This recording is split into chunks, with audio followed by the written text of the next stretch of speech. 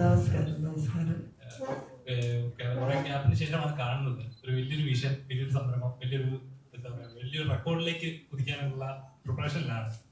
അതെ, പ്രിപ്പറേഷനിലാണ്, റെക്കോർഡ് ചെയ്യാനുള്ള അറ്റംപ്റ്റ് ആണ്. അതെ, അതിന്റെ വിശേഷങ്ങളൊന്ന് ഷെയർ ചെയ്യാമോ? വിശേഷങ്ങള്, ഇവന്റിന്റെ പേര് നിങ്ങൾക്ക് എല്ലാവർക്കും അറിയാം, മൃദംഗനാഥം. ഇത് ഓർഗനൈസ് ചെയ്തിരിക്കുന്നത് മൃദംഗ വിഷൻ എന്ന് പറയുന്ന ഒരു പ്രീമിയം ആർട്ട് മാഗസീനാണ്. നമുക്കിവിടെ ഒരുപാട് മാഗസീൻസ് ഉണ്ട്, പക്ഷെ ആർട്ടിന് വേണ്ടി ഡെഡിക്കേറ്റഡ് ആയിട്ടുള്ള ഒരു മാഗസീനാണ് മൃദംഗ വിഷൻ. സോ അവരുടെ ഒരു ലോഞ്ചിനോട് കൂടെ അനുബന്ധിച്ചിട്ടുള്ള അവരുടെ ഒരു ബ്രെയിൻ ചൈൽഡ് ആണിത്. അതിന്റെ CEOs ആയ മിസ്റ്റർ ഷമീർ ഉണ്ട് ആൻഡ് മിസ്റ്റർ നിഗോഷ്. അവരുടെ രണ്ടുപേരുടെയും കൂടെ ഒരു വിഷനാണ്. അതിലേക്ക് ഞാനും കൂടെ അതിൻ്റെ ഒരു ഫേസ് ആയിട്ട് ഇതിന്റെ എല്ലാ ഓരോ ഘട്ടത്തിന്റെയും ഡെവലപ്മെന്റ്സ് പ്രേക്ഷകരിലേക്കും പാർട്ടിസിപ്പൻസിലേക്കും എത്തിക്കാനുള്ള ഒരു ഫേസ് ആയിട്ട് ആണ് ഞാൻ ഇതിലേക്ക് കടന്നു വന്നത്.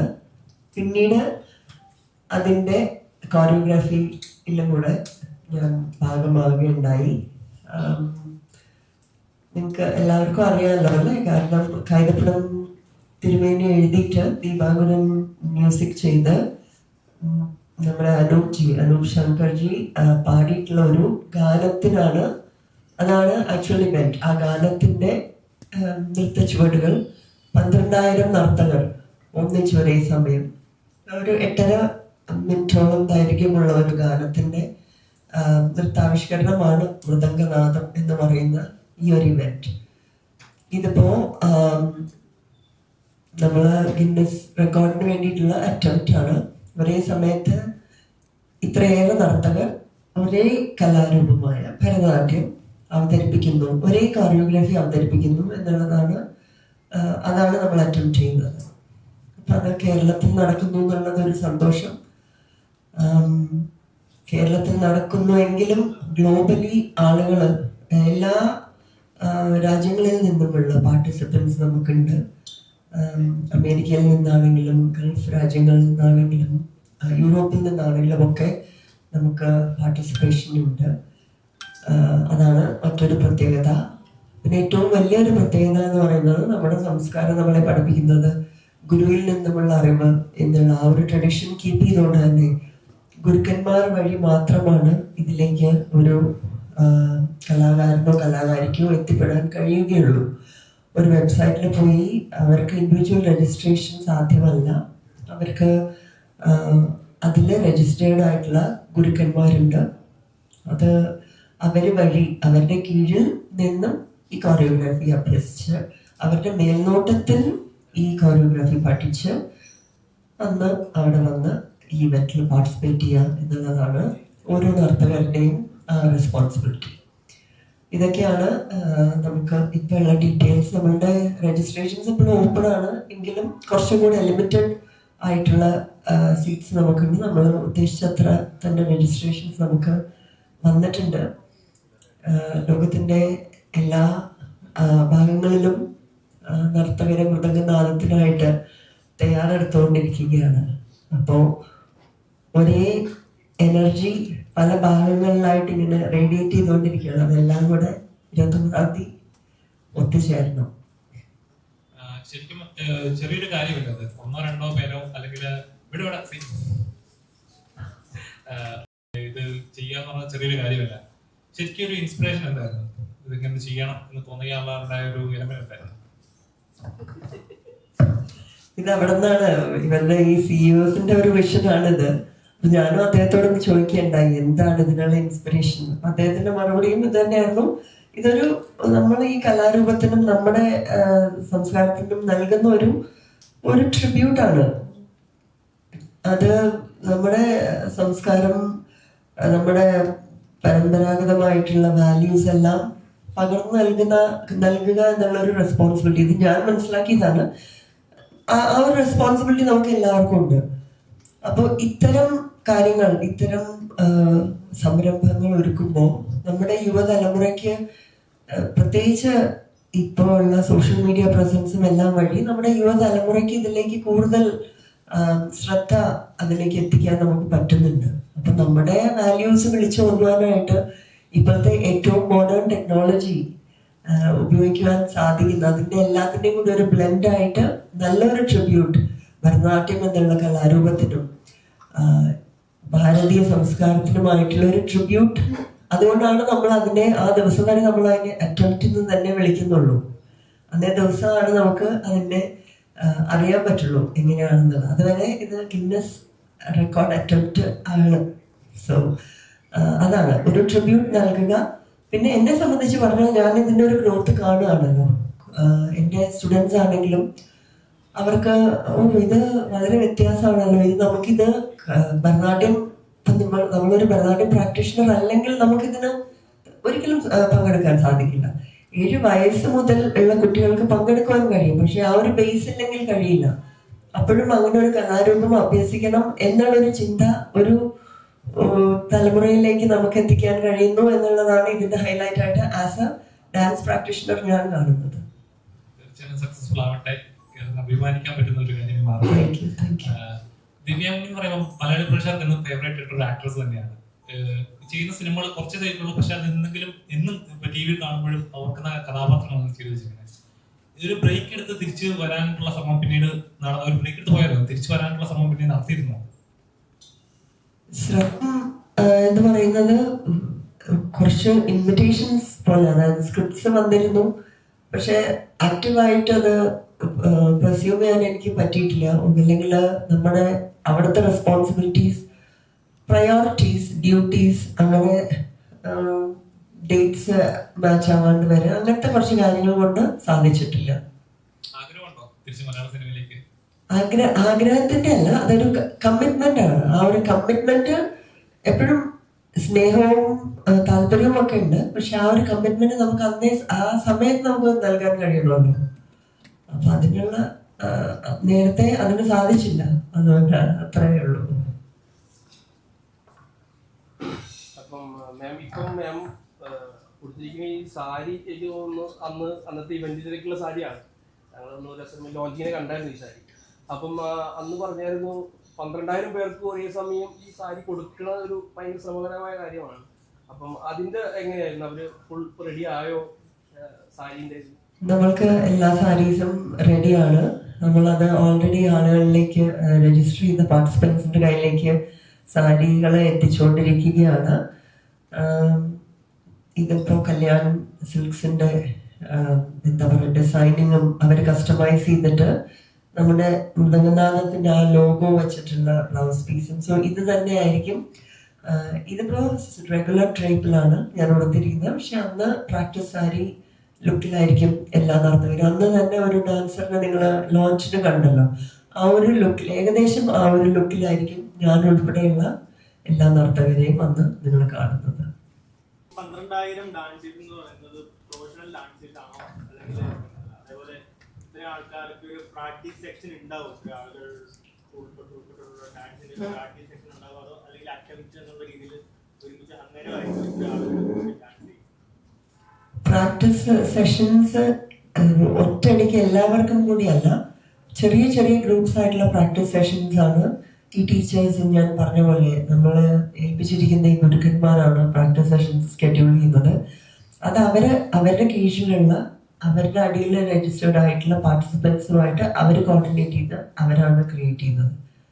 അവർ പ്രാക്ടീസ് സെഷൻസ് സെപ്പറേറ്റ് ആയിട്ട് അവർ ചെയ്യും. എല്ലാവരും പ്രൊഫഷണൽ എന്ന് ഉദ്ദേശിക്കുന്നത് ഡാൻസ് തന്നെ പഠിപ്പിക്കുകയും പെർഫോം ചെയ്യുകയും ചെയ്യുന്നവർ മാത്രമാണോ എന്ന് ചോദിച്ചാൽ അല്ല. ഡാൻസ് പ്രാക്ടീഷണേഴ്സ് ആയിട്ടുള്ള എല്ലാവരും ഇതിന്റെ ഭാഗമാണ്. ഡാൻസ് പഠിക്കുന്നവർ, ഡാൻസിനോട് സ്നേഹമുള്ളവർ, ഡാൻസ് പഠിപ്പിക്കുന്നവർ, അങ്ങനെ എല്ലാ കാറ്റഗറിയിലുള്ളവരും, ഡാൻസ് പെർഫോം ചെയ്യുന്നവര്, ഡാൻസ് പ്രൊഫഷണലായിട്ട് ചൂസ് ചെയ്തിരിക്കുന്നവര്, അങ്ങനെ എല്ലാ കാറ്റഗറീസിലുള്ളവരും ഇതിന്റെ ഭാഗമാവും. നമ്മൾ ഏജ് ഗ്രൂപ്പ് വെച്ചിരിക്കുന്നത് 7 വയസ്സ് മുതൽ എനി ഏജ് ഡാൻസ് കളിക്കുന്ന പഠിച്ചിട്ടുള്ളവർക്ക് ഉള്ളതാണ്. അപ്പോൾ അതിന്റെ പ്രാക്ടീസ് സെഷൻസ് എന്ന് പറയുന്നത് ടീച്ചേഴ്സാണ് കോർഡിനേറ്റ് ചെയ്യുന്നത്. സെപ്പറേറ്റ് ആയിട്ട് അവരുടെ കീഴിൽ അവർ തന്നെയാണ് കോർഡിനേറ്റ് ചെയ്യുന്നത്.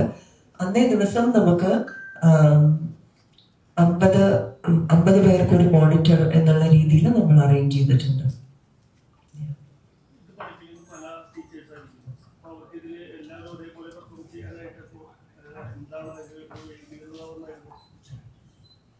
ഏകീകൃത ഞാൻ ചെയ്ത കൊറിയോഗ്രാഫി എൻ്റെ വീഡിയോ ആണ്.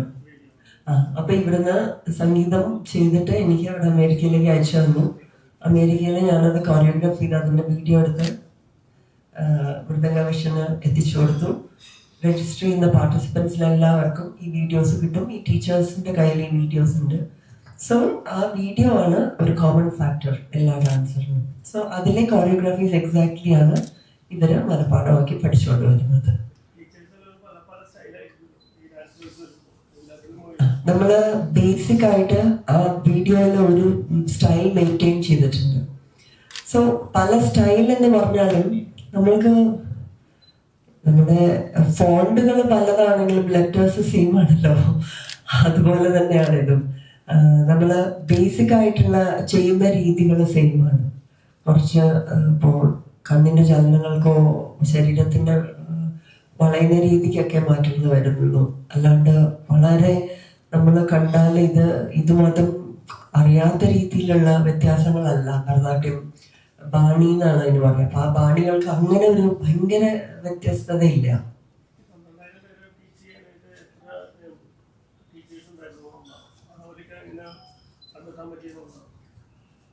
നമ്മൾക്ക് ഓരോ ടീച്ചറും 25-ൽ കൂടുതൽ കുട്ടികള് അവർക്ക് അവരുടേതായിട്ടുള്ള ശിഷ്യഗണങ്ങൾ തന്നെ റെഡിയാണ് എന്നുള്ള രീതിയിൽ ഒരു കമ്മിറ്റ്മെന്റ് കൊണ്ട് മുന്നോട്ട് വരുന്ന ഗുരുക്കന്മാർ ഒരുപാട് പേര് നമുക്കുണ്ടായിരുന്നു. അപ്പോൾ അവരുടെ ടീച്ചേഴ്സിനെ അവരുടെ സ്റ്റുഡൻസിനെ അവർ തന്നെ ട്രെയിൻ ചെയ്യാന്നുള്ള രീതിയിൽ അങ്ങനെ നമുക്ക് ഒരുപാട് ടീച്ചേഴ്സ് ഇത് കണ്ടറിഞ്ഞ് നമ്മൾക്ക് ഇതിന്റെ ഭാഗമാകണം എന്നുള്ള രീതിയിൽ നമുക്ക് ഏകദേശം 300 to 500 ഗുരുക്കന്മാരെ നമ്മളെ സപ്പോർട്ട് ചെയ്തുകൊണ്ട് ഇതിനു വേണ്ടിയിട്ട് മുന്നോട്ട് വന്നിട്ടുണ്ട്. അപ്പൊ അവരാണ് കുട്ടികളെയൊക്കെ ട്രെയിൻ ചെയ്യുന്നത്. ചെയ്യുന്ന കഥാപാത്രങ്ങളിൽ തന്നെ ഇപ്പൊ ഫ്രണ്ട്സിലെ ഉമ്മയായാലും ശരി, നമ്മുടെ ഉസ്താദിലെ പപ്പയായാലും ശരി, ആകാശങ്കിലെ നായയായാലും ശരി, അപ്പം അത് ചെയ്യുന്ന കഥാപാത്രങ്ങളായിട്ട് നിലനിൽക്കാന്ന് പറഞ്ഞാൽ ആളുകളുടെ മനസ്സിൽ നിലനിൽക്കാന്ന് പറയുന്നത് വലിയൊരു കാര്യമാണ്. അപ്പം ഉസ്താദിലെ പപ്പയുടെ കഥാപാത്രം ഇങ്ങനെ ഒരു ഏട്ടനങ്ങിയിട്ട് ആ സ്ക്രീനിൽ കാണുമ്പോൾ നമുക്കത് അത്രയും ഫീൽ ചെയ്യുന്നുണ്ട്. അപ്പോൾ ആ സമയത്ത് വലിയൊരു ഇതായിരുന്നു. ഇപ്പോൾ ഒരു ഫേസ്ബുക്കിൽ ഒരു സ്റ്റാറ്റസ് കണ്ടാലോ അല്ലെങ്കിൽ വാട്സാപ്പിൽ സ്റ്റാറ്റസ് കാണുമ്പോൾ നമുക്ക് കാണാറുണ്ട്. എത്രത്തോളം ഫേവറേറ്റ് ആണ്? ഇപ്പോഴും ആ മൊമെന്റുകൾ ഓർക്കാറുണ്ടോ ലാൽ സാറുമായിട്ട്? തീർച്ചയായിട്ടും അത് ഇപ്പോഴും നമുക്ക് മെസ്സേജസും ഗ്രീറ്റിംഗ്സും ഒക്കെ വരാറുണ്ട്. പിന്നെ അതൊക്കെ നിങ്ങളൊക്കെ ഉള്ളത് കൊണ്ടാണ് അതൊക്കെ ഓർത്തുകൊണ്ടേ ഇരിക്കാൻ പറ്റുന്നത്. നിങ്ങളൊക്കെ ആണല്ലോ ഇതൊക്കെ ക്രിയേറ്റ് ചെയ്ത് മെമ്മറീസും റീൽസും ഒക്കെ ആയിട്ട് പിന്നെയും നമ്മളെ ഇങ്ങനെ മനസ്സിൽ സന്തോഷം നൽകിക്കൊണ്ടിരിക്കുന്നത്. സോ സന്തോഷം തന്നെയാണ്. ഇപ്പോഴത്തെ ജനറേഷനും അതൊക്കെ ഓർക്കുന്നു എന്ന് അറിയുന്ന സന്തോഷം തന്നെയാണ്. ഇപ്പോഴത്തെ സിനിമകളൊക്കെ കാണുന്നുണ്ടാവില്ല. അപ്പം അതേപോലത്തെ ഫാമിലി ഓറിയന്റഡ് ആയിട്ടുള്ള അല്ലെങ്കിൽ ഇച്ചിരിയുടെ ഓർത്തിരിക്കാൻ പറ്റുന്ന സിനിമകൾ അങ്ങനെ മിസ് ചെയ്യുന്നുണ്ട്. ഇപ്പോഴത്തെ ഒരു കുറച്ചുകൂടെ റിയലിസ്റ്റിക് ആയിട്ട് സിനിമകൾ വരുമ്പോൾ അല്ലെങ്കിൽ കുറച്ചുകൂടെ വയലൻസ് ഉള്ള സിനിമകൾ വരുമ്പോൾ അങ്ങനത്തെ ഫാമിലി ഓറിയന്റഡ് സബ്ജക്റ്റുകൾ മിസ് ചെയ്യുന്നത് വരുന്നുണ്ടോ മലയാള സിനിമ? ഇല്ല, നമ്മളുടെ എല്ലാ ജോണറിലുള്ള സിനിമകളും പുറത്ത് വന്നുകൊണ്ടേ ഇരിക്കുന്നുണ്ടെന്നാണ് എനിക്ക് തോന്നിയിട്ടുള്ളത്. ഞാൻ ആക്റ്റീവായിട്ട് സിനിമ കാണുന്ന ആളാണ്. അപ്പൊ എനിക്കങ്ങനെ ഒരു ജോണറിലും നമ്മൾ പിന്നോക്കം പോയെന്ന് തോന്നിയിട്ടില്ല ഇതുവരെ.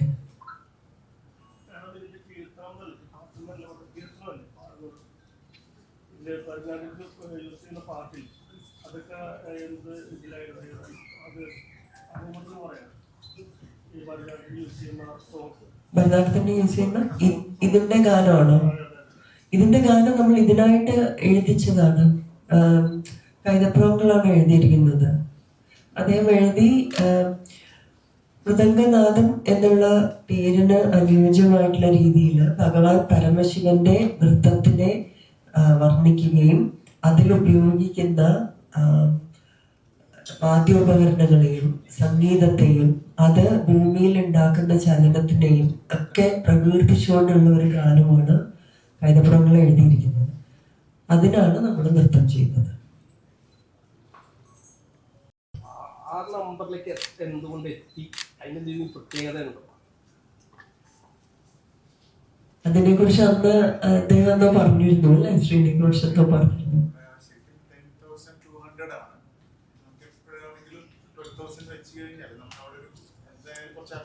അതെ അതെ 10,200 കവിഞ്ഞാൽ നമ്മൾക്ക് നമ്മൾ ഉദ്ദേശിക്കുന്ന ഒരു അറ്റംപ്റ്റിനുള്ളതായി, പക്ഷെ നമ്മൾ എക്സ്ട്രാ ഒരു സേഫ് ബഫർ സോൺ വെച്ചിരിക്കുകയാണ്.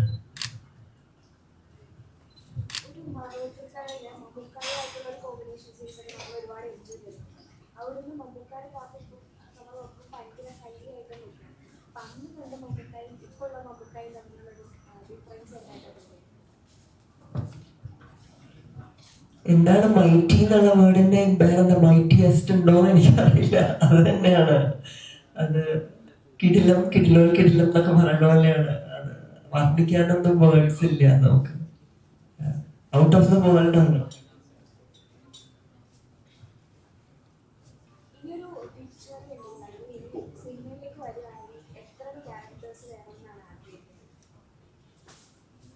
നമ്മളന്നും അങ്ങനെ ആഗ്രഹിച്ചിട്ടൊന്നുമല്ല ക്യാരക്ടേഴ്സ് സെലക്ട് ചെയ്തത്, കഥകൾ കേട്ടിട്ടൊന്നുമല്ല.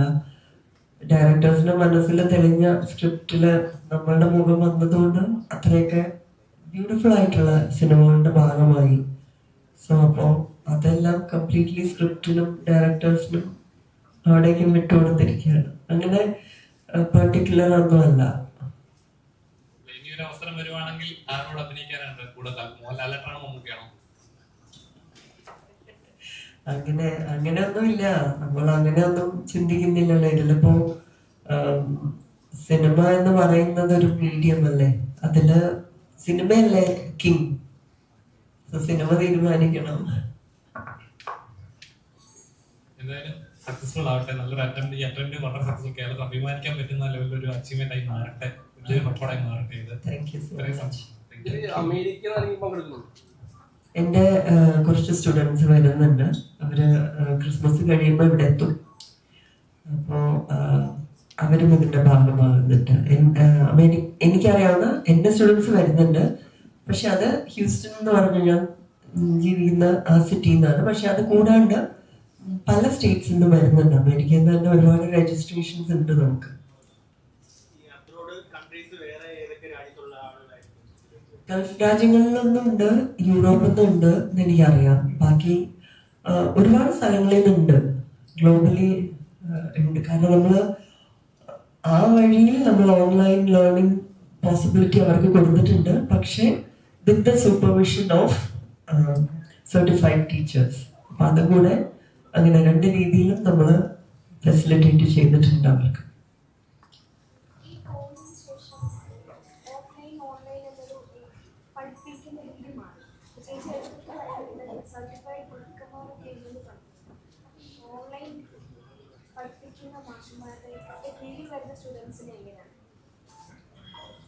അല്ല, ഓൺലൈൻ ആക്സസ് ടു ലേണിംഗ്, ഈ ലേണിംഗ് വീഡിയോ നമ്മൾ കൊടുത്തിട്ടുണ്ടെന്നേ ഉള്ളൂ. പിന്നെ അവർക്ക് നമ്മൾക്ക് സഹായിക്കാൻ മുന്നോട്ട് വന്നിരിക്കുന്ന ഈ ഗുരുക്കന്മാരെയാണ് ഞാൻ ഉദ്ദേശിച്ചത്. ഇതിന്റെ ഭാഗമായിട്ട് നിൽക്കുന്ന ഗുരുക്കന്മാര് അവർക്ക് അവരോട് കമ്മ്യൂണിക്കേറ്റ് ചെയ്ത് അവരുടെ അടുത്ത് വന്ന് ഇവരെ അഭ്യസിച്ചിട്ടാണ്. അതിപ്പോ മറുനാട്ടിൽ എവിടെയെങ്കിലുള്ള കുട്ടിയാണെങ്കിൽ ഇവിടെ വന്ന് ഇൻ പേഴ്സൺ ആ ഗുരുവിന്റെ കീഴിൽ ഈ ഐറ്റം എങ്ങനെയാണ് പഠിച്ചിട്ടുള്ളത്, എന്തൊക്കെയാണ് കറക്ഷൻസ് ഉള്ളതെന്ന് ആ ഗുരു നോക്കി കറക്റ്റ് ചെയ്തിട്ട് ആണ് ആ കുട്ടി ഈ ഇവന്റിലേക്ക് എത്തുള്ളൂ. അത്രയും അറേഞ്ച് ചെയ്യാനായിട്ട് നമ്മൾ അവരെ ഏൽപ്പിച്ചിട്ടുണ്ട്. അപ്പൊ അത് ആ ഡേറ്റും അവരുടെ കൺവീനിയൻസും ഒക്കെ നമ്മൾ അവർക്ക് വിട്ടുകൊടുത്തിരിക്കുകയാണ്. അത് ആ ഒരു ഗുരുവും അവരുടെ കീഴിൽ രജിസ്റ്റർ ചെയ്തിരിക്കുന്ന ഈ ഒരു സ്റ്റുഡന്റും തമ്മിലുള്ള കമ്മ്യൂണിക്കേഷനാണ്.